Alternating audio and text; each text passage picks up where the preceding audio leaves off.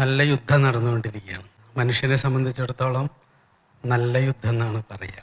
ധാർമ്മിക യുദ്ധം. യുദ്ധത്തെ പോലും ധർമ്മമായി വ്യാഖ്യാനിക്കാൻ കഴിയുന്ന ഏകജീവി ഒരുപക്ഷെ മനുഷ്യനായിരിക്കും. നല്ല വിഷമത്തിലാണ് ഉള്ളിരിക്കുന്നത്.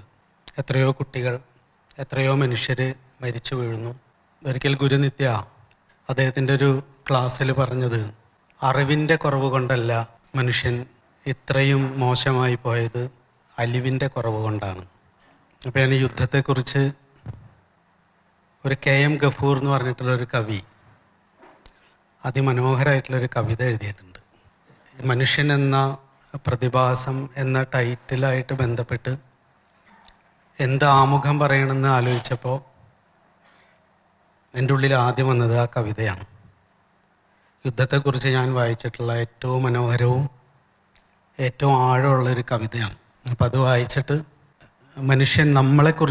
മനുഷ്യനെക്കുറിച്ച് താത്വികമായി പറഞ്ഞു വച്ച വിഷയങ്ങളല്ല ഞാൻ പറയാൻ ആഗ്രഹിക്കുന്നത്. കുറച്ച് സമയം മനുഷ്യനെന്ന് പറയുന്ന ജീവി എത്ര സങ്കീർണവും എത്ര നിസ്സഹായതയും എത്ര ബലഹീനതയും നിറഞ്ഞതാണെന്നാണ്. ഞാൻ ഈയിടെ ഒരു ലേഖനം എഴുതിയപ്പോൾ അതിൻ്റെ തുടക്കത്തിൽ എഴുതിയത്, മനുഷ്യൻ കണ്ടുപിടിച്ച ഏറ്റവും മനോഹരമായ കവിതകളിലൊന്നാണ് ദൈവം. ദൈവം കണ്ടുപിടിച്ച ഏറ്റവും സങ്കീർണമായ കവിതയാണ് മനുഷ്യൻ എന്നാണ് ഞാൻ എഴുതിയത്. എന്ത് ഭക്ഷണം കഴിക്കണം എന്നുള്ള കാര്യത്തിൽ പോലും ബുദ്ധി ഉറച്ചിട്ടില്ലാത്ത ഏക ജീവിക്ക് പറയുന്ന പേരാണ് മനുഷ്യൻ. ഇന്നും ഹെൽത്തി ഫുഡ് എന്താണെന്ന് റിസർച്ച് ചെയ്തുകൊണ്ടിരിക്കുകയാണ് നമ്മൾ. ഇപ്പോഴും മനുഷ്യവംശം ഉണ്ടായിട്ട് എത്രയോ വർഷങ്ങളായി. ഏറ്റവും ബേസിക് ആയിട്ടുള്ള ഒരു ജീവിക്ക് നിലനിൽപ്പിന് ഏറ്റവും അത്യാവശ്യമായിട്ടുള്ള ഏറ്റവും പ്രധാനപ്പെട്ട ആ സിസ്റ്റത്തിൽ അവൻ്റെ ബുദ്ധി ഉറച്ചു കിട്ടേണ്ട ആദ്യത്തെ ഇടം അന്നമാണ്. ആ അന്നത്തിൻ്റെ വിഷയത്തിൽ പോലും നമ്മളിപ്പോൾ കൺഫ്യൂസ്ഡാണ്. ആ വിഷയത്തിൽ പോലും യുദ്ധത്തിലാണ്.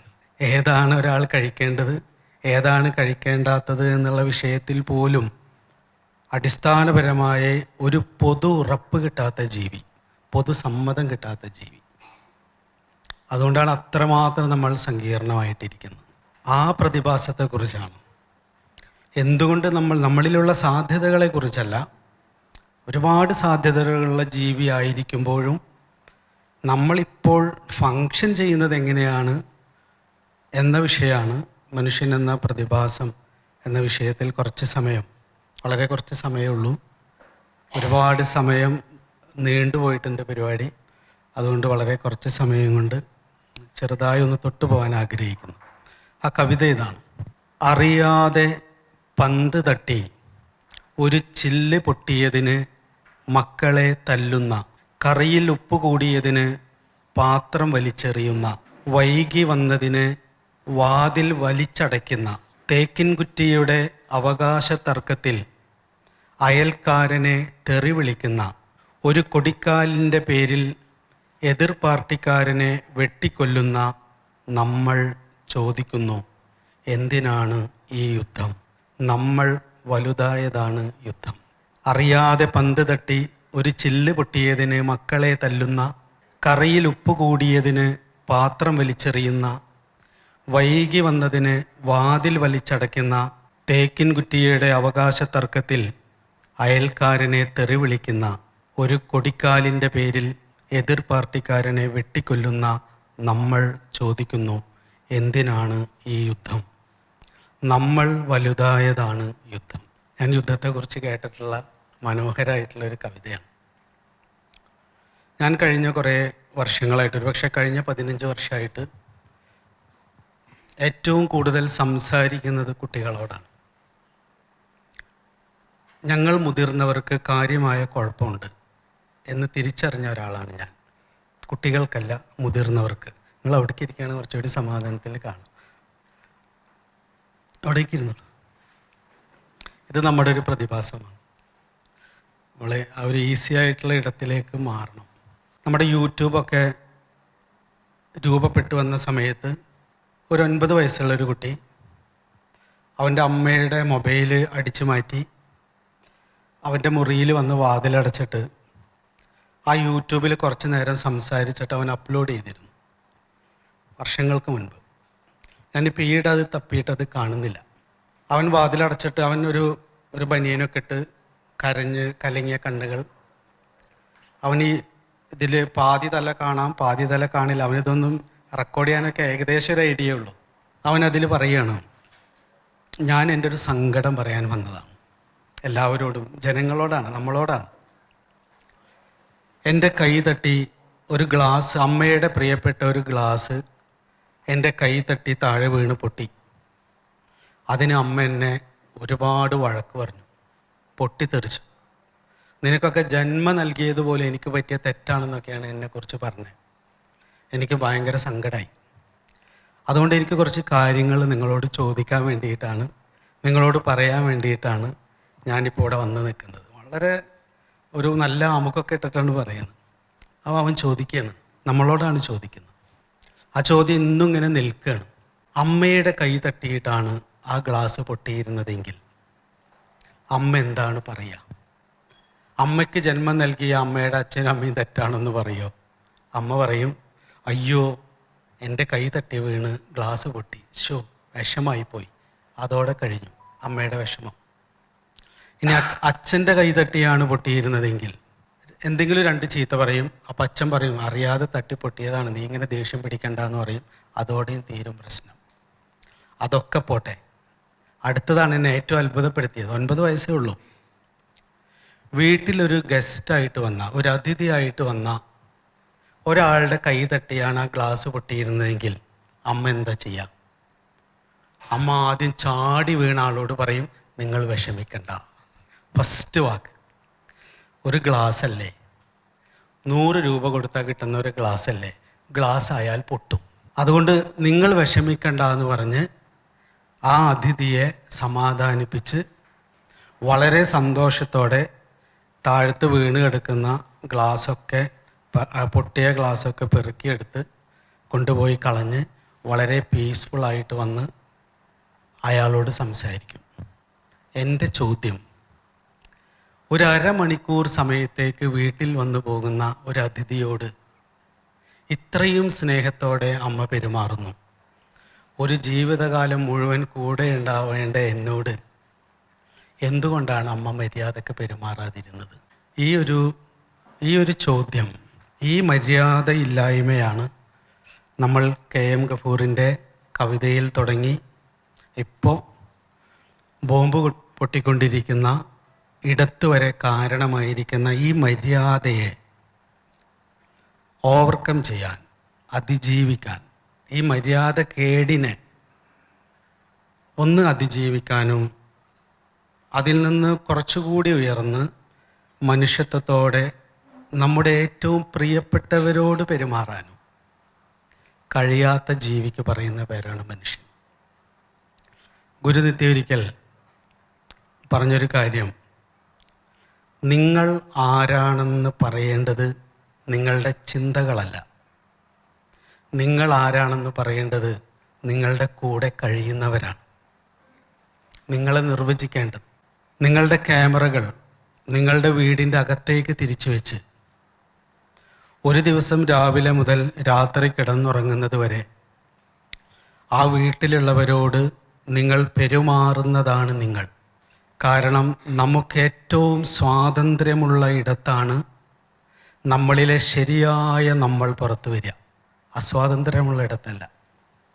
നമ്മൾക്ക് ഏറ്റവും സ്വാതന്ത്ര്യമുള്ള ഇടത്തായിരിക്കണം നമ്മൾ ഏറ്റവും ശ്രദ്ധയോടെ ഇരിക്കേണ്ടത്. നിത്യൻ്റെ ഒരു വചനാണ്. കാരണം നമ്മൾ ഏറ്റവും സ്വാതന്ത്ര്യമുള്ള ഇടങ്ങളിലാണ് പലപ്പോഴും ഏറ്റവും മര്യാദകേടോടെ പെരുമാറിയിട്ടുള്ളത്.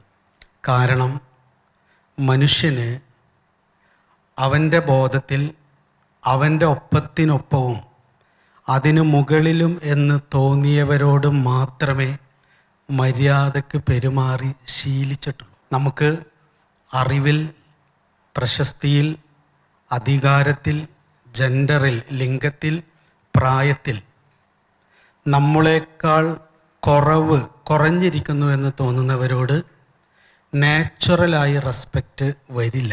നമ്മുടെ തലച്ചോറിന് വന്നിട്ടില്ല. മുകളിലുള്ളവരോട് വരും. നമ്മളൊരു ഹൈറാർക്കിക്കൽ സ്പീഷീസ് ആയതുകൊണ്ട് ഇതിനെയാണ് ജാതീയത എന്ന് പറയുന്നത്. ഒരിക്കലും നമ്മൾക്ക് സമത്വത്തോടെ പെരുമാറാൻ കഴിഞ്ഞിട്ടില്ല. ഞാൻ കുട്ടികളായിട്ട് അടുത്തിടപഴകിയപ്പോൾ എനിക്ക് മുതിർന്നവർക്ക് വേണ്ടി ഒരു പുസ്തകം എഴുതണമെന്ന് ഞാൻ ആഗ്രഹിച്ചു. നമ്മൾ മുതിർന്ന ആളുകളുടെ പ്രശ്നം എന്താണ്? ഞാനൊരു 100ഓളം കുട്ടികളോട് സംസാരിച്ചു. ഈ 100ഓളം കുട്ടികളും ഞങ്ങളിൽ വരുത്തേണ്ട മാറ്റങ്ങളെക്കുറിച്ച് പറഞ്ഞപ്പോൾ 100 കുട്ടികളും ആദ്യം പറഞ്ഞതൊരൊറ്റ കാര്യമാണ്. ഞാൻ 8 വയസ്സിനും 15 വയസ്സിനും ഇടയിലുള്ള കുട്ടികളോടാണ് സംസാരിച്ചത്. അവരെല്ലാവരും പറഞ്ഞത് എല്ലാ കാലത്തും എല്ലാ കുട്ടികളും പറയാൻ ആഗ്രഹിച്ചതാണ്. പക്ഷേ എല്ലാ കാലത്തും എല്ലാ കുട്ടികളും പറയാൻ ആഗ്രഹിച്ച കാര്യങ്ങൾ പറയാനുള്ള റൈറ്റ് കിട്ടിത്തുടങ്ങിയത് ഇപ്പോഴാണ്. കുട്ടികളെല്ലാവരും പറഞ്ഞത് അച്ഛനമ്മമാരോട് ഒന്ന് ഒച്ച കുറച്ച് സംസാരിക്കാൻ പറയുമെന്ന്. എന്തിനാണ് പൊട്ടിത്തെറിക്കുന്നത്? എന്തിനാണ് നിലവിളിക്കുന്നത്? ഞങ്ങൾക്കത് താങ്ങാൻ പറ്റുന്നില്ല. നമ്മൾ ചിന്താപരമായിട്ടൊക്കെ ആശയപരമായിട്ടൊക്കെ നമ്മൾ ഒരുപാട് ഉയർച്ചയിലെത്തിയിട്ടുണ്ടെങ്കിലും നമ്മളുടെ ചിന്താപരമായിട്ട് വന്ന മാറ്റങ്ങളൊന്നും നമ്മുടെ DNA മനസ്സിലായിട്ടില്ല.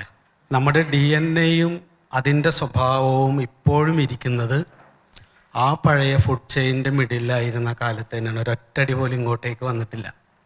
നമ്മുടെ നമ്മൾ മുടി വെട്ടി പുതിയ വസ്ത്രങ്ങൾ ധരിച്ചു, ഭൗതിക സാഹചര്യങ്ങളൊക്കെ വികസിച്ചുവെങ്കിലും മനുഷ്യത്വം എന്ന് പറയുന്നത്, മനുഷ്യത്വത്തിൻ്റെ ലക്ഷണം എന്ത് എന്ന ചോദ്യത്തിന് ഒരാൾ മനുഷ്യത്വമുള്ള ഒരാളാണെന്നുള്ളതിൻ്റെ ലക്ഷണം ജാതിഭേദം മതദ്വേഷം ഏതുമില്ലാതെ സർവരും സോദരത്വേന വാഴുന്നുണ്ടെങ്കിൽ ആ ആൾ മനുഷ്യത്വമുള്ള ആളാണെന്നാണ് നാരായണ ഗുരുവിൻ്റെ ഭാഷയിൽ പറഞ്ഞാൽ.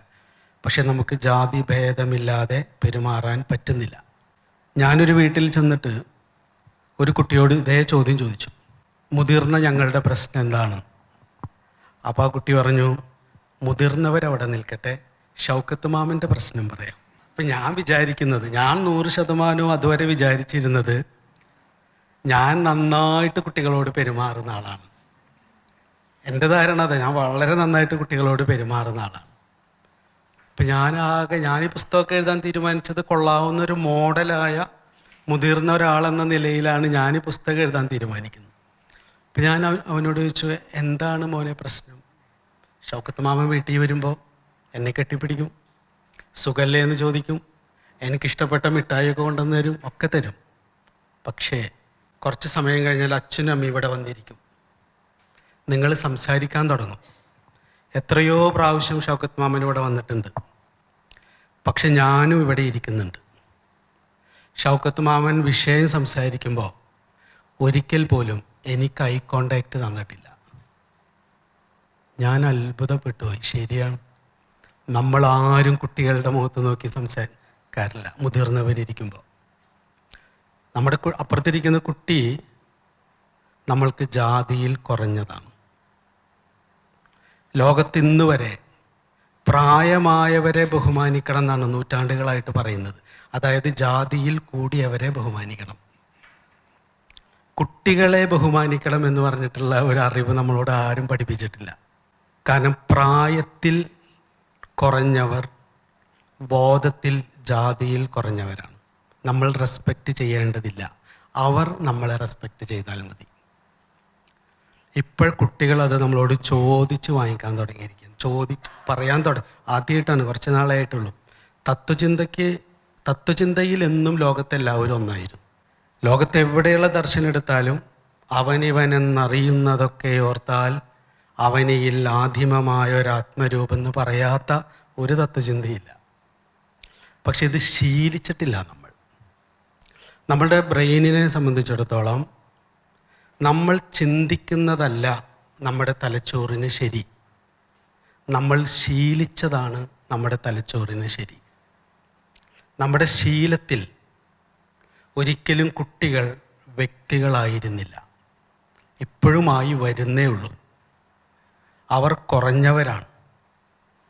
ഞാൻ ഗുരുനിത്യയുടെ അടുത്ത് താമസിക്കുമ്പോൾ ഗുരുവിനെ കാണാൻ വേണ്ടി ഒരു കുടുംബം വന്നു. ഞാൻ കണ്ടിട്ടുള്ളതിൽ, എൻ്റെ ജീവിതത്തിൽ ഞാൻ അനുഭവിച്ചിട്ടുള്ളതിൽ പല കുറവുകളുണ്ടെങ്കിലും ഏറ്റവും കൊള്ളാവുന്ന ഒരു മനുഷ്യനായിട്ട് ഞാൻ അനുഭവിച്ചിട്ടുള്ളത് നിത്യനെയാണ്. അതിൻ്റെ ഒരു കാരണം പിന്നീട് ഞാൻ റിയലൈസ് ചെയ്യുന്നത് ഈ കുട്ടി ഇത് പറഞ്ഞപ്പോഴാണ്. ഈ പുസ്തകം ഞാൻ എഴുതുന്നത് ഞാൻ നിത്യൻ്റെ കൂടെ ജീവിച്ച 30 വർഷം കഴിഞ്ഞിട്ടാണ്. ഈ 30 വർഷത്തിന് മുൻപ് അദ്ദേഹം എന്നത് പഠിപ്പിച്ചിട്ടുണ്ട്, പക്ഷെ എൻ്റെ ഉള്ളിൽ അത് കയറിയിട്ടില്ല. കാരണം ഞാനത് ശീലിച്ചില്ല. അറിഞ്ഞ ദർശനങ്ങളെ ദൈനംദിന ജീവിതത്തിൽ പ്രാക്ടീസ് ചെയ്യേണ്ടതുണ്ടെന്ന് ഞാൻ ഒരിക്കലും വിചാരിച്ചിരുന്നില്ല. അവിടെ ഗുരുകുലത്തിലേക്കൊരു കുടുംബം വരുന്നു. ഒരച്ഛനും അമ്മയും അവരുടെ മകളും ഹസ്ബൻഡും 3 മക്കളും. ഞാൻ അകത്തു നിന്ന് ഗുരുവിനോട് പറഞ്ഞു, ഗുരു ഒരു കുടുംബം വന്നിട്ടുണ്ട് ഗുരുവിനെ കാണാൻ വേണ്ടി. അപ്പോൾ ഗുരു പറഞ്ഞവർക്ക് കസേര ഇട്ട് കൊടുക്കും. ഞാൻ 4 കസേര ഇട്ടു.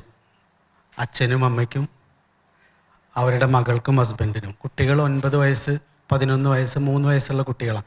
കുട്ടികൾക്ക് ഒരിക്കലും നമ്മൾ ബഹുമാനിക്കുന്ന ഒരാളുടെ മുമ്പിൽ കസേര ഇട്ട് കൊടുത്തിട്ടില്ലല്ലോ. മുതിർന്നവർക്കേ കസേര ഇട്ട് കൊടുക്കും. ഞാൻ ആ കുട്ടികളവിടെ കളിച്ച് നിൽക്കുകയാണ്. ഗുരു അവിടെ കസേരയിൽ വന്നിരുന്നിട്ട് ആദ്യം എന്നെ നോക്കി ചോദിച്ചൊരു ചോദ്യം, ഞാൻ തന്നോട് എല്ലാവർക്കും കസേര ഇട്ട് കൊടുക്കാനല്ലേ പറഞ്ഞത്? ആ കുട്ടികളൊന്നും മനുഷ്യരല്ലേ?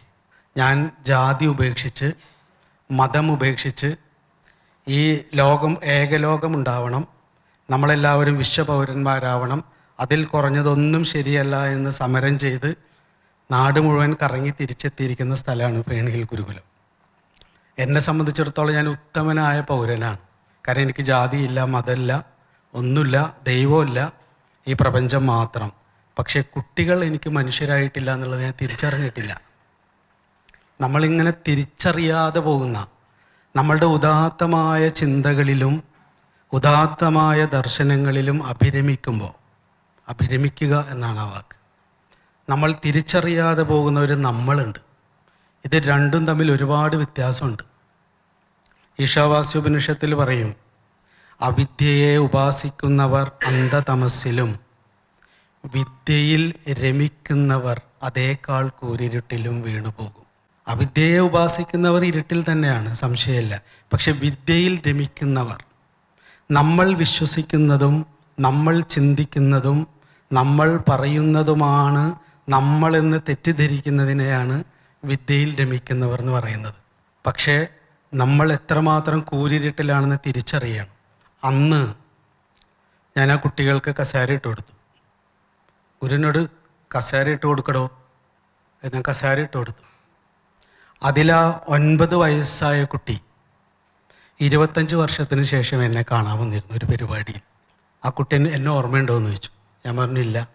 പണ്ട് ഗുരു കസേര ഇട്ട് ധരിപ്പിച്ച് 3 പേരെ ഇരുത്തിയില്ലേ, അതിലത്തെ 9 വയസ്സുകാരിയാണ് ഞാൻ. ജീവിതത്തിൽ ആദ്യമായിട്ട് എന്നെ ഒരു വ്യക്തിയായിട്ട് അംഗീകരിച്ചത് ഗുരു നിത്യയായിരുന്നു.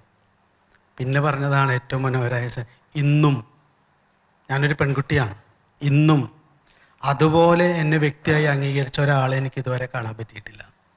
എന്നെ ഒരു പെണ്ണായി കാണുന്ന, എന്നെ ഒരു കുറഞ്ഞവളായി കാണുന്ന, മാറ്റി നിർത്തേണ്ടവളായി കാണുന്ന മുതിർന്നവരെ മാത്രമേ ഞാൻ അനുഭവിച്ചിട്ടുള്ളൂ.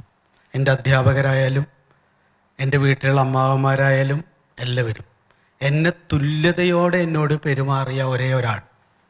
എന്നിട്ട് ആ കുട്ടി പറയാണ്, ഞാൻ ഇന്നും ഓർക്കുന്നത്, അന്ന് നിത്യ എൻ്റെ അപ്പൂപ്പൻ റിട്ടയേർഡ് പ്രൊഫസറാണ്. അപ്പൂപ്പനോടും അമ്മൂമ്മയോടൊക്കെ നാരായണ ഗുരുകുലത്തിൻ്റെ ചരിത്രമാണ് പറഞ്ഞുകൊണ്ടിരിക്കുന്നത്. നാരായണ ഗുരുകുലം എന്തിനുണ്ടായി, നടരാജ ഗുരു എന്തിന് നാരായണ ഗുരുകുലം തുടങ്ങി, അതിങ്ങനെ പറഞ്ഞുകൊണ്ടിരിക്കുമ്പോൾ ഗുരു ഞങ്ങളുടെ കണ്ണിലും നോക്കി സംസാരിച്ചു. എൻ്റെ കണ്ണിൽ നോക്കിയിട്ട് ഗുരു പറഞ്ഞു, അങ്ങനെ നടരാജ ഗുരു 1924 ഫേൺഹില്ലിൽ ഗുരുകുലം തുടങ്ങി. ഞാൻ അറിയാതെ നിവർന്നിരുന്നു പോയിന്ന് ആ കുട്ടി പറയുന്നതാണ്. ഇതിനെയാണ് ഗുരു എന്ന് പറയുന്നത്. നമ്മുടെ മുൻപിൽ വന്നിരിക്കുന്ന ഒരു കുട്ടിയെ ഒരു വ്യക്തിയായി കാണുന്ന തരത്തിലേക്ക്, വ്യക്തിയായി കണ്ട് പെരുമാറുന്ന തരത്തിലേക്ക് ബോധം വികസിക്കാത്ത, വളരെ ജാതീയമായി, ജാതിയാണ് കേട്ടോ, പ്രായത്തിൻ്റെ ജാതി, ജെൻഡറിൻ്റെ ജാതി, ഇപ്പോഴും ഒരു പുരുഷന് ഒരു സ്ത്രീയുടെ കണ്ണിലേക്ക് സ്വതന്ത്രമായി അനായാസതയോട് നോക്കി സംസാരിക്കാനായിട്ടില്ല, ആയി വരുന്നേ ഉള്ളൂ. കാരണം അവൾ സ്വതന്ത്രയായി ജീവിക്കേണ്ടവളാണ് എന്ന തോന്നൽ പുരുഷൻ്റെ തലച്ചോറിൽ ഇപ്പോഴും ഉണ്ടായിട്ടില്ല. അതവൾ സമരം ചെയ്തുണ്ടാക്കി കൊണ്ടിരിക്കുന്നേ ഉള്ളൂ.